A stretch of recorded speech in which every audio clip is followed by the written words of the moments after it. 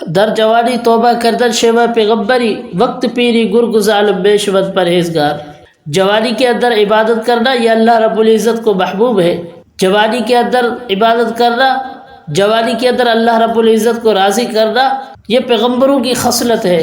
ورنہ کہا کہ وقت پیری گرگ ظالم بے شود پرہیزگار، جب بندہ بوڑھا ہو جاتا ہے تو اس وقت وہ پرہیزگار ہو جاتا ہے۔ جس طرح ایک بھیڑیا جو ہے وہ جب جوانی میں ہوتا ہے تو جانوروں کو مار پھاڑ کر کھاتا ہے، پھر جب بوڑھا ہو جاتا ہے تو بزرگ ہو جاتا ہے۔ آپ صلی اللہ علیہ وسلم کی حدیث ہے کہ 5 چیزوں کو 5 چیزوں سے پہلے غنیمت سمجھو۔ اس میں ایک یہ ہے کہ جوانی کو بوڑھا ہونے سے پہلے غنیمت سمجھو، حیاتی کو موت سے پہلے غنیمت سمجھو، تو لہٰذا جو جوانی ہے اس کی قدر کرو۔ حضرت حکیم رحمۃ اللہ علیہ، اللہ رب العزت نے ان کو علم طب سے بھی مالا مال کیا تھا اور علوم نبوت سے بھی وہ مالا مال تھے۔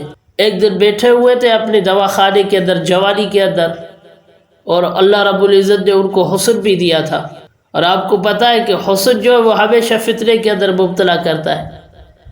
حضرت یوسف علیہ السلام کو حسن دیا گیا، حضرت یوسف علیہ السلام کے اوپر عزیز مصر کی جو بیوی تھی وہ عاشق ہو گئی، حضرت یوسف علیہ السلام جیل پہنچ گئے۔ تو یہ جو حسن ہے یہ ہمیشہ فتنے کے اندر مبتلا کرتا ہے۔ حضرت حکیم ترمذی رحمۃ اللہ علیہ جوان بھی تھے اور اوپر سے ان کو حسن بھی دیا گیا تھا۔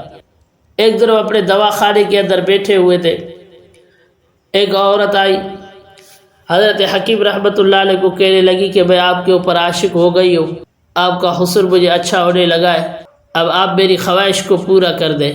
تو حضرت حکیم رحمۃ اللہ علیہ بڑے اللہ والے تھے، وہ اللہ رب العزت کے خوف کے اندر اتنا روئے کہ ان کے رونے کو دیکھ کر عورت نادم ہو کر واپس چلی گئی۔ وقت گزر گیا، وقت کا کام ہے ہی گزرنا، وقت برف کی مانند ہے، اگر اسے ہم استعمال کریں گے تو ہمارے کام آئے گی، اگر استعمال نہ کریں گے تو پگھل جائے گی، بس اس کا کام ہی ہے پگھل جانا۔ اسی طرح وقت کا کام ہی ہے گزر جانا۔ وقت گزر گیا، حضرت حکیم رحمۃ اللہ علیہ نے وہ طب والا کام بھی چھوڑ دیا۔ ایک دن مصلی پر بیٹھے ہوئے تھے، جب ان کے سفید بال آ چکے تھے، دل میں خیال آیا کہ فلاں زمانے کے اندر ایک عورت میرے پاس آئی تھی، اگر اس کی میں خواہش پوری کر دیتا، گناہ کے اندر مبتلا ہو جاتا تو آج میں گناہ سے توبہ کر لیتا۔ بس یہ خیال آیا، اسی وقت یہ خیال آیا کہ جوانی کے اندر میری حالت تو یہ تھی کہ جب وہ عورت آئی تو اتنا رویا کہ وہ واپس چلی گئی۔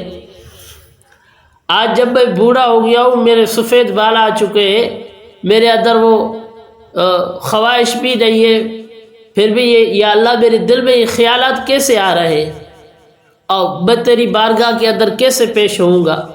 یہ روتے روتے حضرت حکیم رحمۃ اللہ علیہ کو وہی نیند آ گئی۔ اچانک آپ صلی اللہ علیہ وسلم کی زیارت ہوئی، آپ نے پوچھا کہ اے حکیم تو کیوں رو رہا ہے؟ تو حضرت حکیم رحمۃ اللہ علیہ نے سارا واقعہ بتایا کہ یا رسول اللہ صلی اللہ علیہ وسلم، جب میری جوانی تھی اس وقت میرا یہ حال تھا، جب میں بوڑھا ہو چکا ہوں تو اب وہ خیالات میرے دل میں آنے لگے کہ میں گناہ کر لیتا، اتنا میرا دل سیاہ ہو چکا ہے۔ تو آپ صلی اللہ علیہ وسلم نے فرمایا کہ حکیم یہ تیرے اندر کمی نہیں ہے، بلکہ وہ جو جوانی والا تیرا زمانہ تھا وہ میرے زمانے کے قریب تھا، تو اس کی برکات آپ کے دل میں تھی۔ اب جب تو بوڑھا ہو گیا تو میرے زمانے سے تو دور ہوتا گیا ہے، اس وجہ سے تیرے دل کے اندر یہ خیالات پیدا ہو رہے ہیں۔ تو کہنے کا مقصد یہ کہ نسبت بھی ایک بڑی کام کی چیز ہے۔ اگر کوئی بندہ صاحب نسبت ہو جائے تو